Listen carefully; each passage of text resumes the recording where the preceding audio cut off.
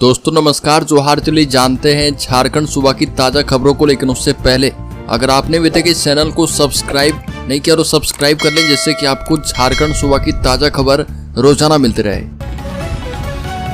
सबसे पहली खबर, रांची के सांसद संजय सेठ ने कहा कि परिवारवाद वहां पर है जहां पर एक ही परिवार पार्टी चलाता है और किसी को जगह भी नहीं देता।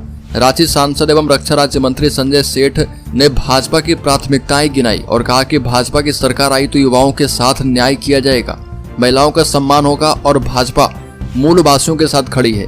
रोजगार स्थानीय को ही मिलना चाहिए और इंडी गठबंधन को न चुनाव आयोग पर भरोसा है, न ही ईडी पर और न ही इनकम टैक्स पर।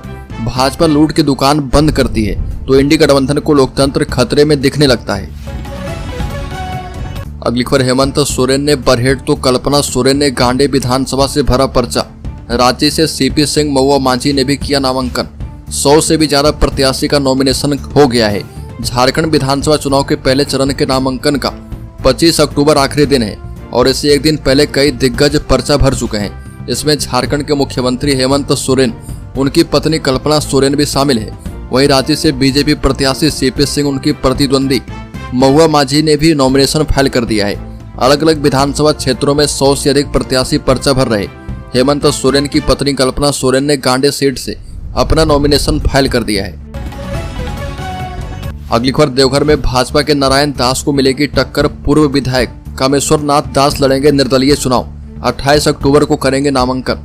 जदयू के प्रदेश उपाध्यक्ष सह पूर्व विधायक कामेश्वर नाथ दास ने देवघर विधानसभा से निर्दलीय चुनाव लड़ने की घोषणा कर दी है और कहा कि वो पूर्व में देवघर से विधायक रह चुके हैं, लेकिन इस बार जदयू ने संगठन के लोगों को टिकट नहीं दिया और इस कारण पार्टी को दिखाने के लिए वो देवघर विधानसभा से निर्दलीय चुनाव लड़ने जा रहे हैं। उन्होंने एक दावा किया कि देवघर के लोगों का समर्थन उन्हें मिल रहा, इस कारण निर्दलीय चुनाव लड़ने जा रहा हूँ और जीत को लेकर भी आश्वस्त हूँ।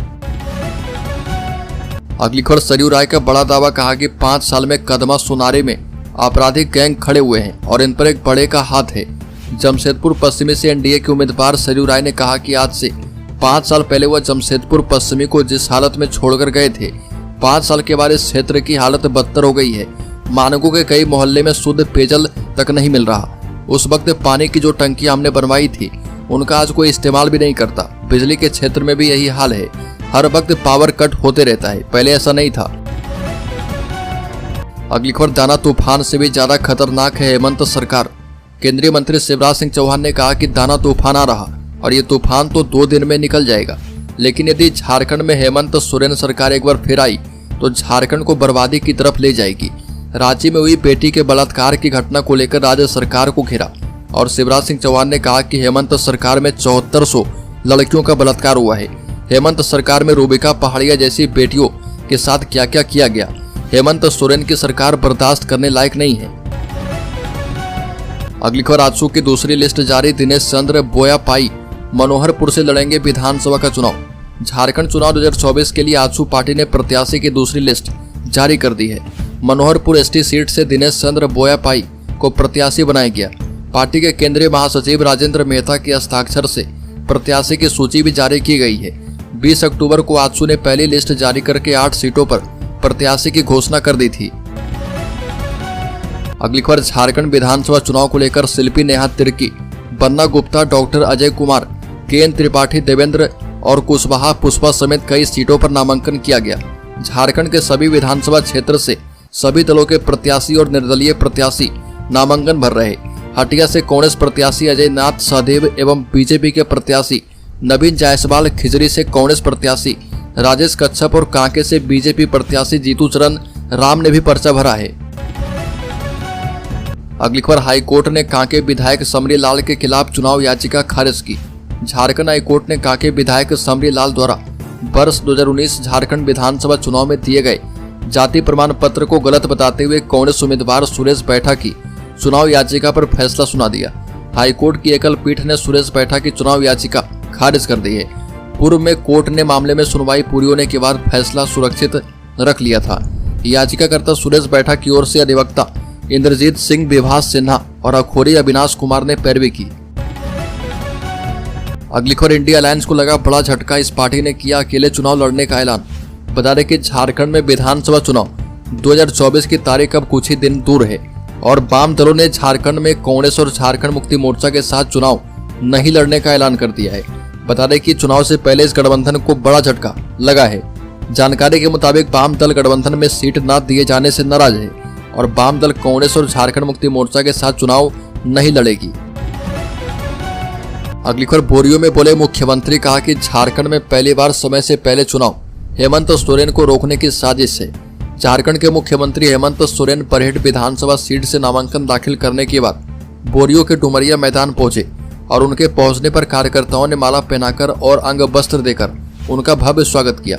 चुनावी जनसभा को संबोधित करते हुए उन्होंने कहा कि झारखंड में पहली बार समय से पहले चुनाव करवाया जा रहा। पहले 4 चरणों में चुनाव करवाया जाता था, लेकिन इस बार 2 चरणों में चुनाव करवाया जा रहा। उन्हें रोकने के लिए साजिश की गई है और बोरियो प्रत्याशी धनंजय सोरेन के लिए उन्होंने वोट मांगा है। अगली खबर चंपई सोरेन ने कहा कि आदिवासियों मूलवासियों की सबसे बड़ी हितैषी भाजपा ही है।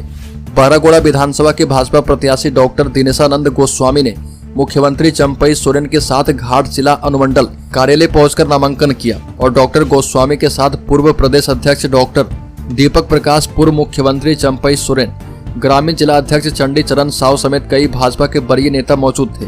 और चंपई सोरेन ने कहा कि राज्य के आदिवासी मूलवासी का सबसे बड़ा रक्षक यदि कोई पार्टी है तो वो भाजपा है। अगली खबर झारखंड के चुनाव सह प्रभारी हेमंत बिस्व शर्मा ने कहा कि हेमंत सरकार में पेपर लीक और भ्रष्टाचार का ही बोलबाला है। असम के मुख्यमंत्री सह बीजेपी झारखंड के चुनाव सह प्रभारी हेमंत बिस्व शर्मा जमशेदपुर के बुद्ध मैदान में आयोजित भाजपा प्रत्याशी के नामांकन सभा में शामिल हुए और सभा को संबोधित करते हुए हेमंत बिस्व शर्मा ने कहा कि हेमंत सोरेन सरकार में युवाओं का कोई भविष्य है नहीं। राज्य में सीजीएल समेत तमाम परीक्षाएं होती है, उसका पेपर पैसे लेकर बेच दिया जाता है। ये भी कहा कि जनता सब जानती है हेमंत सोरेन पन्ना गुप्ता मिलकर झारखंड में परीक्षाओं को होने नहीं देते। झारखंड में भाजपा की सरकार बनते ही पहली कैबिनेट में सीजीएल घोटाले को सीबीआई से जांच करवाने का काम करने वाले हैं। अगली खबर चंदन कियारी से भाजपा प्रत्याशी अमर पौरी ने दाखिल किया पर्चा।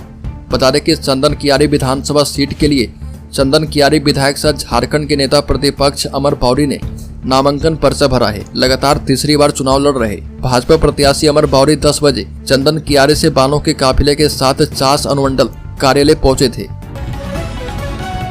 अगली खबर भाजपा प्रत्याशी सीपी सिंह ने रांची विधानसभा सीट से भरा नामांकन, बोले 7वीं बार जीत हासिल करूंगा। नामांकन दाखिल करने के बाद सीपी सिंह ने बातचीत करते हुए कहा कि जीत के प्रति विश्वास है, इसलिए नामांकन दाखिल किया है। भाजपा ने मुझे 7वीं बार टिकट ऐसे ही नहीं दिया। राज्य में सत्तारूढ़ झारखंड मुक्ति मोर्चा के प्रत्याशी पर तंज कसते हुए कहा कि जिस प्रत्याशी की चर्चा हो रही है उसे वह पहले भी 2 बार हरा चुके हैं। उन्होंने तीसरी बार भी उनके खिलाफ जीत का दावा किया। सीपी सिंह ने कहा कि रोटी बेटी और माटी के मुद्दे के साथ वह जनता के बीच जा रहे। अगली खबर चिराग पासवान का चतरा विधानसभा में सभा, कहा कि जब तक जिंदा हूं आरक्षण और संविधान पर कोई आंच आने नहीं दूंगा। चतरा विधानसभा से लोजपा प्रत्याशी जनार्दन पासवान के नामांकन सभा में केंद्रीय मंत्री चिराग पासवान शामिल हुए और इस दौरान उन्होंने कहा कि मैं अपने पिता स्वर्गीय रामविलास पासवान के संघर्षों की कसम खाकर कहता हूं कि जब तक चिराग पासवान जिंदा है तब तक आरक्षण और संविधान पर कोई आंच आने नहीं देगा। हेमंत सरकार पर निशाना साधते हुए कहा कि झारखंड मुक्ति मोर्चा कांग्रेस की सरकार ने झारखंड को खतरे में डाल दिया। मुख्यमंत्री हेमंत सोरेन की सरकार राज्य के गरीबों का पैसा लूटकर अपने घरों में भरने का काम कर रही है और यहाँ बेटियां भी सुरक्षित नहीं है। अगली खबर कोयला घोटाला मामले में सुप्रीम कोर्ट मधु कोड़ा की याचिका पर शुक्रवार को सुनवाई करेगा। न्यायमूर्ति संजीव खन्ना, न्यायमूर्ति संजय कुमार और न्यायमूर्ति आर महादेवन की पीठ ने कहा कि न्यायाधीश मामले की फाइल पर गौर नहीं कर पाए हैं क्योंकि वो उन्हें देरी से भेजी गई थी, इसलिए मामले पर शुक्रवार को सुनवाई की जाएगी। पीठ ने इस मामले में केंद्रीय अन्वेषण ब्यूरो सीबीआई की ओर से पेश हुए वरिष्ठ अधिवक्ता आर एस सीमा से कहा कि वो न्यायालय के पूर्व के फैसले को देखें जिसमें कहा गया था कि सजा के निलंबन का दायरा जमानत के मामले में निर्धारित दायरे से अलग है। अगली खबर हटिया विधानसभा से भाजपा प्रत्याशी नवीन जायसवाल ने किया नामांकन। भाजपा प्रत्याशी नवीन जायसवाल ने पत्रकारों से कहा कि उन्होंने 2 सेट में नामांकन फाइल किया है। पार्टी के शीर्ष नेतृत्व और प्रदेश इकाई का आभार जताते हुए उन्होंने कहा कि पार्टी ने उन पर चौथी बार विश्वास किया है। ये भी कहा कि मुझ जैसे कार्यकर्ता पर हटिया की जनता को भी विश्वास है और मैं हमेशा जनता के सुख दुख और उनके काम में लगातार उनके साथ ही रहता हूं। अगली खबर बीजेपी ने किया 1.5 लाख लोगों को रोजगार देने का वादा। असम के मुख्यमंत्री हेमंत बिस्व शर्मा ने वादा किया है कि अगर भारतीय जनता पार्टी आगामी झारखंड चुनाव में जीत हासिल करती है तो वह 1.5 लाख लोगों को रोजगार देगी और भाजपा उम्मीदवार मीरा मुंडा और पूर्णिमा दास साहू, जेडीयू के सरयू राय और आजसू पार्टी के रामचंद्र साहिस के समर्थन में एक रैली के दौरान शर्मा ने व्यापक भ्रष्टाचार और खनिज दोहन के लिए मौजूदा हेमंत सोरेन के नेतृत्व वाले गठबंधन की आलोचना की। अगली खबर, झारखंड में धन बल के खिलाफ प्रशासन सख्त, बस में मिले इतने किलो चांदी के गहने और बर्तन। बता दें कि राज्य में निष्पक्ष और पारदर्शी चुनाव करवाने को लेकर प्रशासन अलर्ट मोड पर है। झारखंड से लगने वाले सीमा पर चौकसी बढ़ा दी गई है और इसको लेकर अभियान चलाया जा रहा और पुलिस को सफलता भी मिल रही है। झारखंड बंगाल अंतर्राज्यीय सीमा पर बीते रात्रि विशेष चेकिंग के दौरान मैथन ओपी प्रभारी आकृष्ट अमन ने कलकत्ता से रांची जा रही रॉयल क्रूजर बस संख्या यूपी 4188 से जांच के दौरान सुनील कुमार सोनी के बैग से 2 केजी 639 ग्राम चांदी का बर्तन एवं गहना पकड़ा है। मैथन पुलिस ने बताया कि सुनील कुमार सोनी से पूछताछ में बताया गया कि धनबाद में गहना का दुकान है। मैथन पुलिस आगे की कार्रवाई कर रही है। अगली खबर, झारखंड के शेयर होल्डर्स इन्वेस्टर्स के लिए बड़ी खबर। शेयर बाजार में लगातार चौथे दिन गिरावट। सेंसेक्स 16 अंक गिरकर 80,065 पर बंद। शेयर बाजार में 24 अक्टूबर को लगातार चौथे दिन गिरावट देखने को मिली है। सेंसेक्स 16 अंक की गिरावट के साथ 80,065 के स्तर पर बंद हुआ और निफ्टी में भी करीब 36 अंक की गिरावट दर्ज की गई और ये 24,399 के स्तर पर बंद हुआ है। सेंसेक्स के 30 शेयरों में से 19 में तेजी और 11 में गिरावट देखने को मिली है।